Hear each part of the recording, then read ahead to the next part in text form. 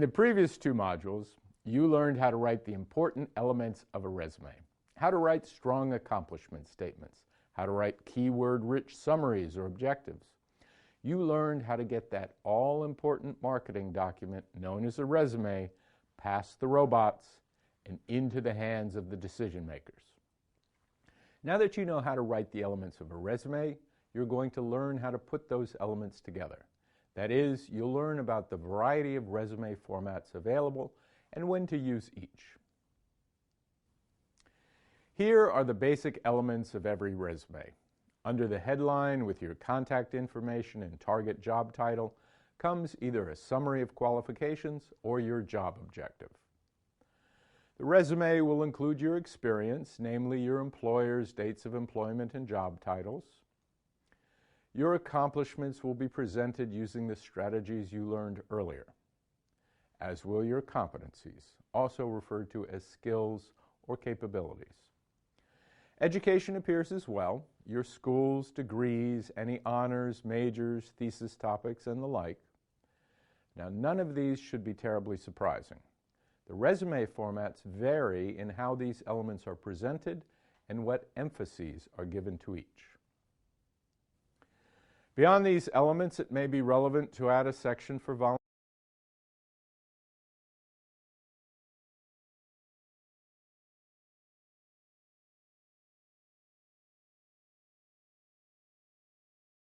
Formats vary in how these elements are presented and what emphases are given to each.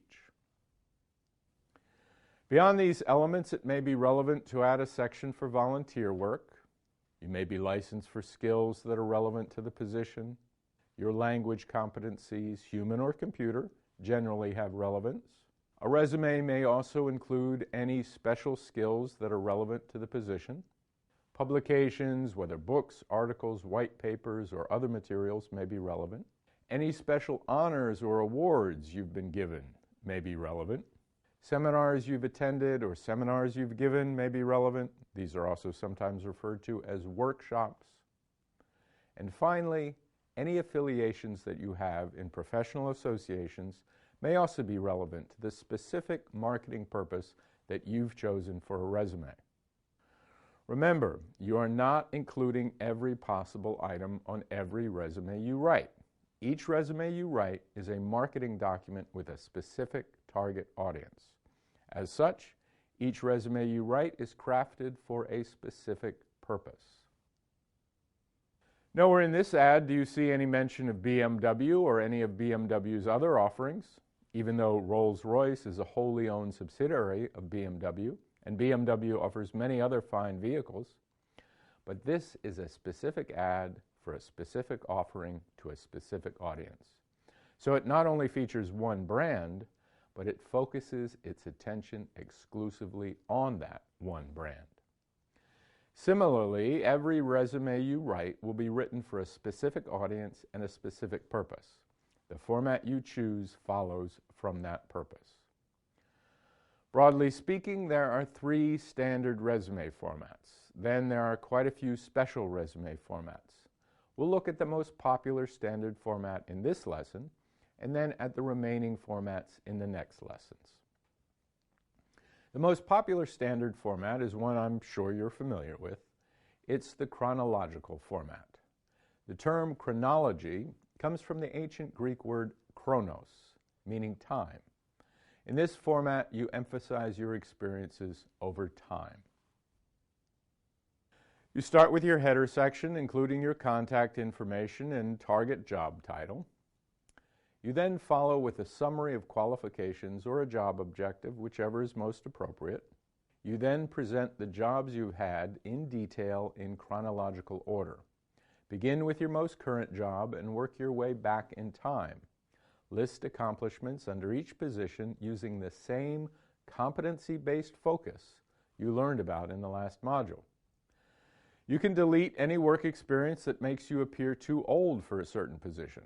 For example, let's say you appear too old for a certain position. For example, let's say you are seeking a managerial position in a trendy retail shop. This is a position usually occupied by people in their 30s. but let's say you're in your 40s. You can delete 10 years of your earliest experience to make yourself look younger and therefore qualify for an interview for the position. The logic works this way. Employers figure most people enter the workforce at around 22. So if they see 20 years experience on the resume, they assume you're around 42. But if they see only 10 years experience, they'll think you're around 32, which is exactly what you want them to think. Now the trick works the other way around too. Say you've just graduated from college and you're applying for that same retail manager position in that same trendy shop. In this case, you'll look underqualified. So you dig into your employment history and list jobs you held during your high school and college days, bringing your perceived age up 10 years.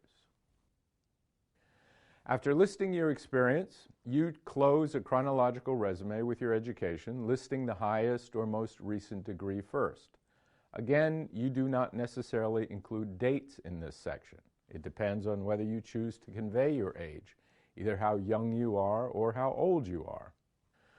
Under education, you may choose to list a relevant thesis title or topic along with any academic awards or honors. Grade point average should generally be left out unless you're a recent graduate without much experience and your GPA is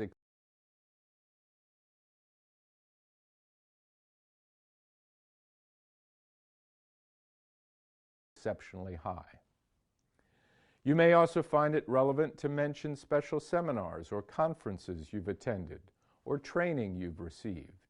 If you're a technical professional or in another rapidly changing field, showing that you have the most up-to-date training could well be important. The chronological format is effective if your career has moved in a steady, straight-line progression. That is, if you have consistently moved to better and better jobs with no significant periods of unemployment. Also, your jobs will have been in more or less the same field, so that your career has been a logical progression towards the job you're seeking now. Many people's careers do proceed in this way. If so, the chronological resume shows an employer that you are a person who has been groomed for the job you're applying for. It shows that you're focused. It shows that you know what you want and where you're going. It's also a good choice if you've held the same job for many years and are now applying for a promotion or the next step up. That could be at the same or at a different organization. This type of resume can also be a good choice if you have always worked in the same field and want to continue working in that field. Chronological resume is very effective with traditional companies and organizations because it's what they're most familiar with. However, it may not be the best format for you. In fact, it can even hurt your chances of getting an interview if you have limited work experience or are changing careers. If you are re-entering the workforce after a period of unemployment, a long-term disability, raising children, or divorce, then a chronological resume will draw attention to the gaps in your career. You do not want that because gaps make employers uncomfortable. They wonder what you were doing during the time that you weren't working. You don't want to invite them to start filling in the blanks with their wild imaginings. Similarly, if you are switching to a different industry for whatever reason, a chronological resume will make you look like the wrong person for the job. It will draw attention to the fact that all your experience is in a different field. If you're a recent graduate who doesn't have much experience, a chronological resume will only underscore this weakness. And if you were laid off or fired from one job and had to take a lesser job in a different field, then a chronological resume will make this only too obvious. In these cases, the functional resume is often the one to use. That or a direct competency resume or even a combination format. You'll learn about these formats in the next lesson.